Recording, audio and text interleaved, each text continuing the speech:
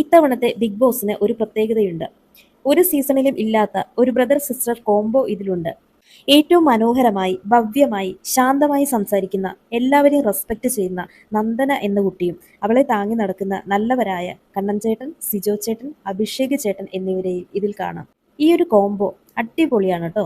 ഇന്നത്തെ ടാസ്കിനിടയിൽ നന്ദന ഒന്ന് കരഞ്ഞപ്പോൾ കണ്ണൻ സായി ചേട്ടൻ അടുത്തിരുന്ന് കണ്ണുനീരൊപ്പി കൊടുക്കുന്നുണ്ടായിരുന്നു. ഏട്ടന്മാർ അടുത്തിരുത്തി സമാധാനിപ്പിക്കുന്നു, ആശ്വസിപ്പിക്കുന്നു.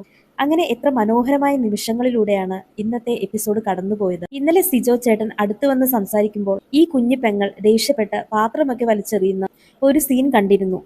എന്നെ തൊടരുത്, എന്റെ അടുത്തിരിക്കരുത് എന്നൊക്കെ പറഞ്ഞ് സിജോനെ ആട്ടി ഓടിക്കുന്നത് കണ്ടു. എന്നാൽ ഇന്ന് അതൊക്കെ മാറി വളരെ സ്നേഹത്തോടു കൂടിയാണ് അവർ സംസാരിച്ചത്. അങ്ങനെ എല്ലാം മറന്ന് ചേട്ടന്മാരുടെ കുഞ്ഞു പെങ്ങൾ തിരിച്ചു വന്നിരിക്കുകയാണ്.